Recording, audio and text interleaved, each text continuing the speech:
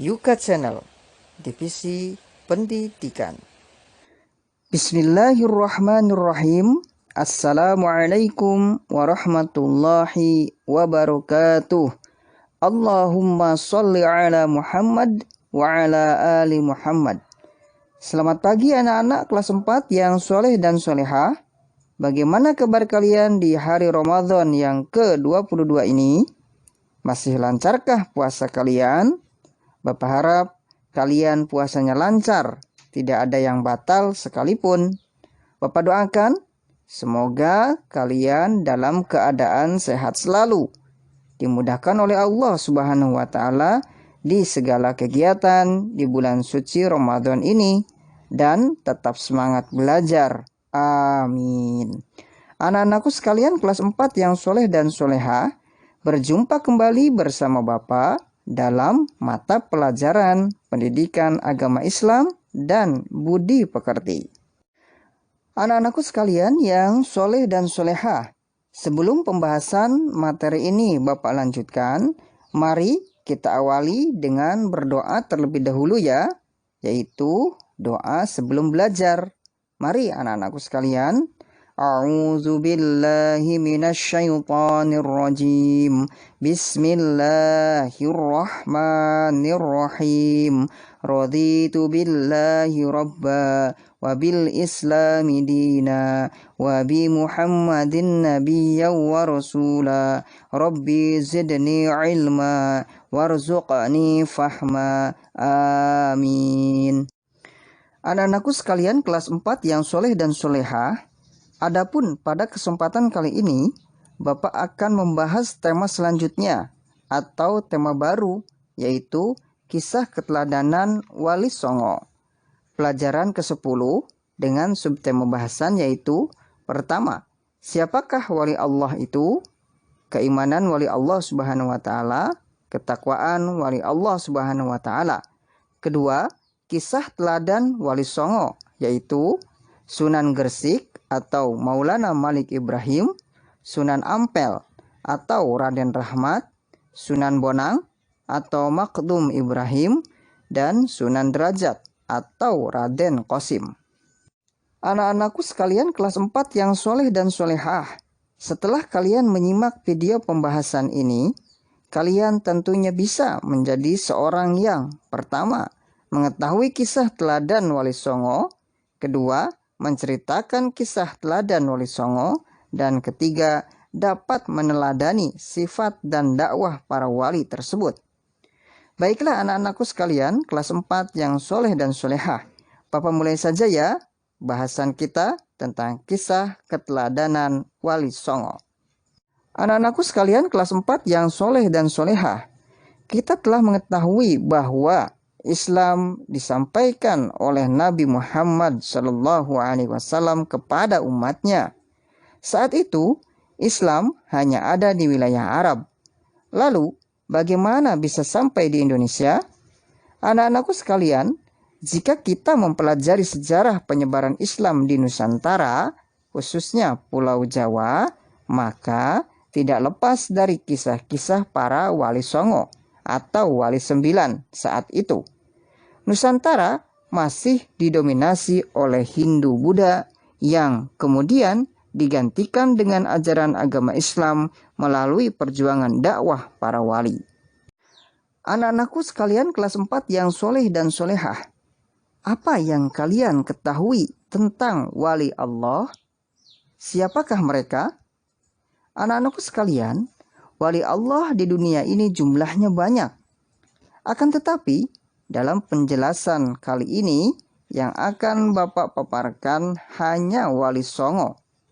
Anak-anakku sekalian, kata wali berasal dari bahasa Arab, wala atau walia, yang berarti dekat, yang berperan melanjutkan misi kenabian. Dalam Al-Quran, istilah ini dipakai dengan pengertian kerabat, teman, atau pelindung. Anak-anakku sekalian, Al-Quran menjelaskan bahwa wali Allah adalah orang yang beriman dan bertakwa. Di samping melaksanakan hal-hal yang wajib, Para wali Allah senantiasa melakukan hal-hal yang sunnah serta menjauhi hal-hal yang makruh, terlebih-lebih yang haram. Allah Subhanahu wa Ta'ala berfirman dalam surat Yunus ayat ke-62 dan 63. Ala inna awliya Allahi la khawfun alaihim wa la hum yahzanun alladzina amanu wa kanu yattaqun. Artinya ayat ke-62, ingatlah sesungguhnya wali-wali Allah itu tidak ada rasa khawatir terhadap mereka dan tidak pula mereka berduka cita. Ayat ke-63, yaitu orang-orang yang beriman dan mereka selalu bertakwa. Keimanan wali Allah Subhanahu wa Ta'ala. Anak-anakku kelas 4 yang soleh dan solehah, iman yang dimiliki oleh wali Allah tentu saja bebas dari segala kesyirikan. Apa itu syirik? Syirik adalah menyekutukan Allah Subhanahu wa Ta'ala. Misalnya, percaya kepada Allah Subhanahu wa Ta'ala tetapi meminta juga pertolongan kepada selainnya. Contohnya kepada batu besar, keris, dan lain sebagainya. Allah Subhanahu wa Ta'ala berfirman dalam surat Luqman ayat ke-13, yaitu la tusyriku billahi inna syirka la zulmun azim. Artinya, janganlah kamu mempersekutukan Allah. Sesungguhnya mempersekutukan Allah adalah benar-benar kezaliman yang besar. Anak-anakku sekalian, keimanan kita rawan tercampur dengan sifat syirik.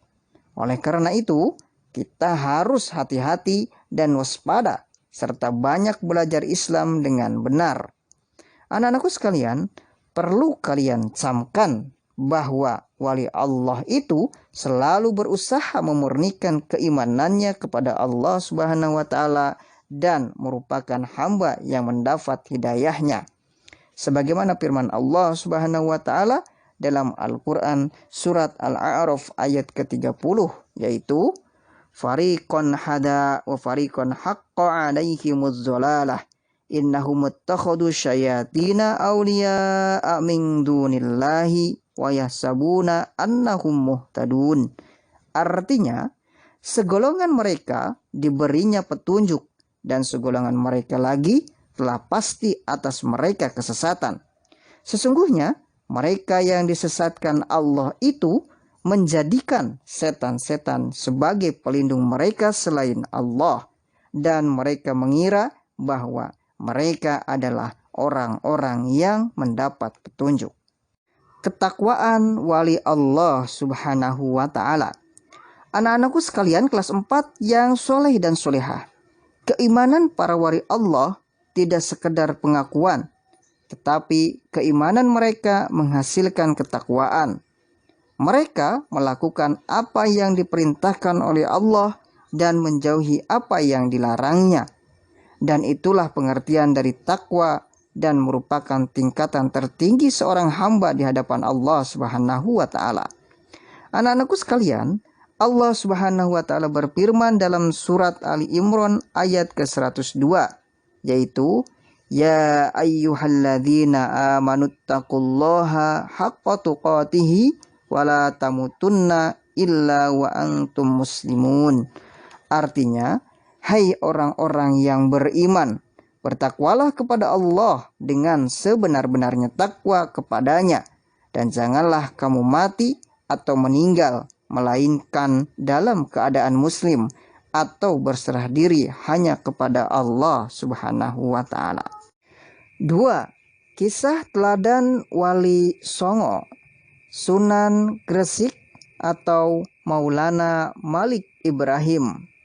Sunan Gresik atau Maulana Malik Ibrahim dikenal juga dengan panggilan Maulana Maghribi atau Syekh Maghribi, karena berasal dari wilayah Maghribi Afrika Utara.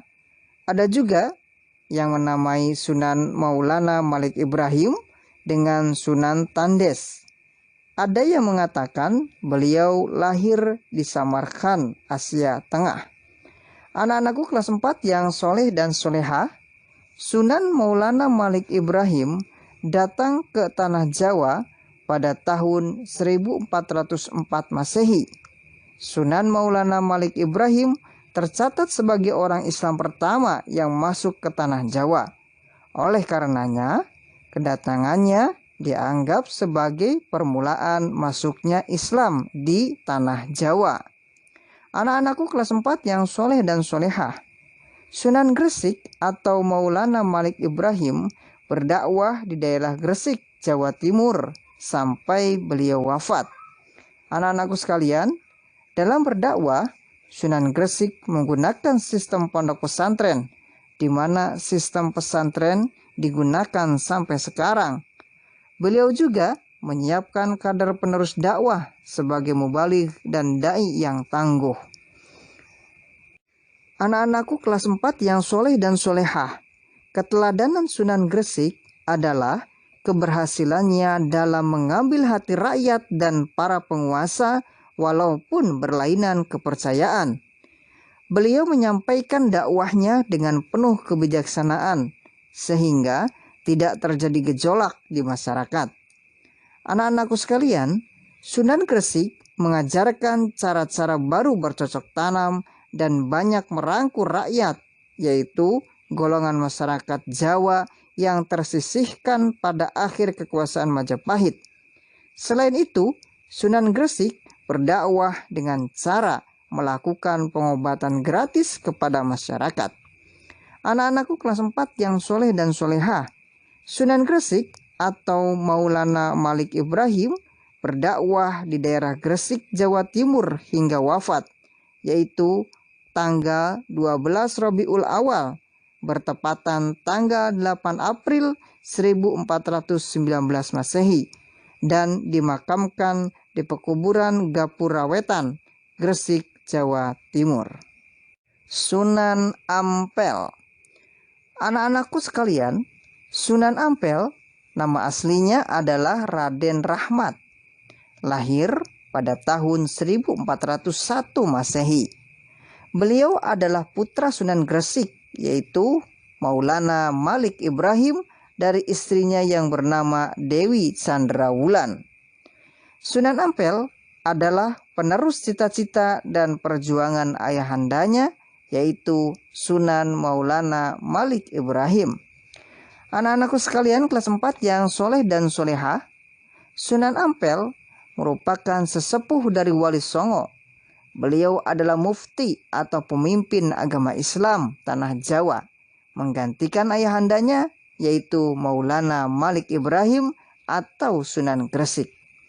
Anak-anakku kelas 4 yang soleh dan solehah, Raden Rahmat mulai menetap di Pulau Jawa 12 tahun setelah Maulana Malik Ibrahim wafat dan meneruskan dakwah ayahandanya dengan bijaksana.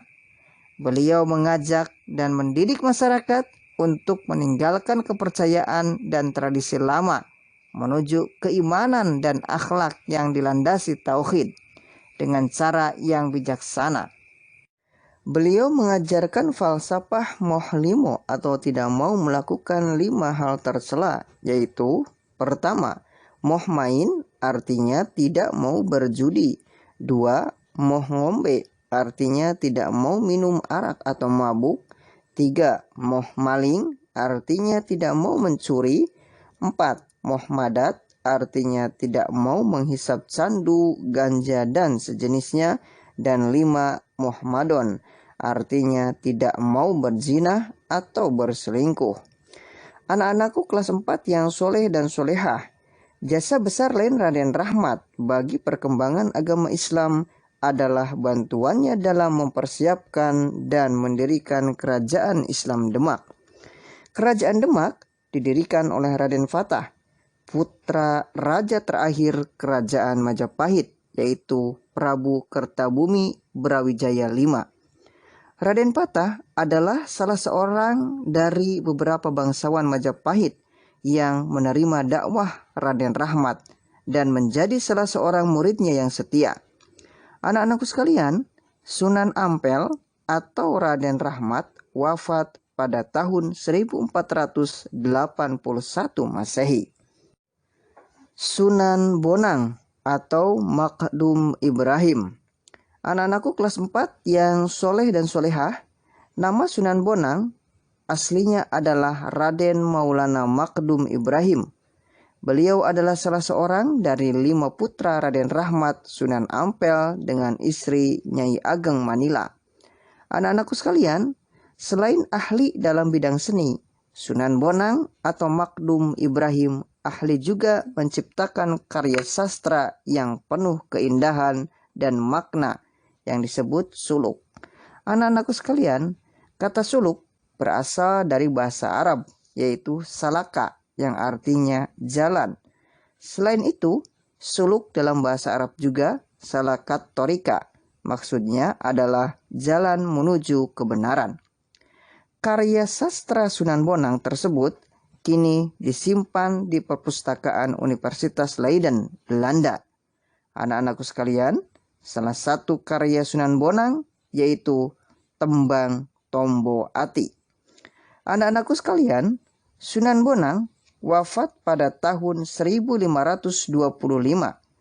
Adapun keteladanan Sunan Bonang adalah cara berdakwahnya yang bijak dan menggunakan kesenian rakyat untuk menarik simpati umat. Beliau dinamakan Sunan Bonang karena beliau memasukkan alat gamelan berupa bonang pada seperangkat alat gamelan. Sunan Derajat atau Raden Kosim. Anak-anakku kelas 4 yang soleh dan solehah, nama asli Sunan Derajat yaitu Raden Kosim. Beliau adalah putra Sunan Ampel dengan Dewi Condrowati. Anak-anakku sekalian, Sunan Derajat atau Raden Kosim berguru kepada ayahandanya. Setelah dirasa cukup memiliki ilmu, beliau diperintahkan untuk berdakwah di sebelah barat Gresik, yaitu berupa dataran tinggi yang disebut dalam Duwur. Anak-anakku sekalian, Sunan Derajat atau Raden Kosim mewarisi bakat kepemimpinan dan kepekaan terhadap kehidupan masyarakat di sekitarnya. Beliau berdakwah dengan menitik beratkan pada kehidupan sosial ekonomi. Dalam dakwahnya, Raden Kosim selalu menekankan ajaran Islam tentang hidup sederhana. Kepada muridnya, beliau selalu mengingatkan agar tidak berlebih-lebihan dalam kehidupan, dan kepada para pembesar, beliau menasihati agar memperhatikan kesejahteraan masyarakat, suka berkurban, dan menolong orang yang membutuhkan. Anak-anakku sekalian, Sunan Derajat atau Raden Kosim dikenal sebagai ahli seni ukir, dan beliau juga menciptakan gending pangkur. Di antara nasihat atau petuahnya yaitu: pertama, manehono tekan marang wong wuto, atau berilah petunjuk kepada orang buta. Kedua, manehono mangan marang wong luwe, atau berilah makan kepada orang lapar. Ketiga, manehono busono marang wong wudo, atau berilah pakaian kepada orang telanjang. Dan keempat, manehono ngiup marang wong kodanan, atau berilah tempat berteduh kepada orang yang kehujanan. Anak-anakku sekalian, Sunan Derajat atau Raden Kosim diperkirakan wafat pada tahun 1522. Adapun pesantren Sunan Derajat berada di Desa Derajat, Kecamatan Pasitan, Lamongan, Jawa Timur. Alhamdulillah, anak-anakku kelas 4 yang soleh dan solehah. Demikian penjelasan yang dapat Bapak sampaikan tentang pelajaran 10, yaitu kisah keteladanan Wali Songo, dengan subtema yaitu siapakah Wali Allah itu, atau mengenal Wali Allah Subhanahu wa Ta'ala, dan keteladanan Wali Songo diantaranya: pertama, Sunan Gresik; kedua, Sunan Ampel; ketiga, Sunan Bonang; dan keempat, Sunan Derajat. Insya Allah di pertemuan selanjutnya Bapak akan lanjutkan subtema berikutnya, masih di pelajaran 10, yaitu kisah keteladanan Wali Songo, dengan subtema kisah wali atau sunan selanjutnya, yaitu Sunan Kudus, Sunan Giri, Sunan Kalijaga, dan Sunan Muria, serta Sunan Gunung Jati. Anak-anakku sekalian kelas 4 yang soleh dan solehah, adapun untuk lebih mendalami lagi materi, kerjakanlah soal-soal dari LKS halaman 58 59 sampai dengan 60, yaitu Romawi 1, Romawi 2, dan Romawi 3. Dikumpulkan untuk tugas hari ini, yaitu tanggal 20 Mei 2021, insya Allah. Baiklah anak-anakku kelas 4 yang soleh dan soleha. Sampai jumpa di pembelajaran selanjutnya ya. Tetap semangat ya anak-anakku sekalian. Banyak-banyaklah berdoa mumpung kita berada di bulan suci Ramadan. Dan mohonlah kepada Allah Subhanahu wa Ta'ala agar wabah corona ini segera berakhir dan kita bisa belajar tatap muka kembali seperti biasanya. Bapak akhiri, subhanakallahumma wa bihamdika asyhadu an la ilaha illa anta astaghfiruka wa atubu ilaik. Wassalamualaikum warahmatullahi wabarakatuh.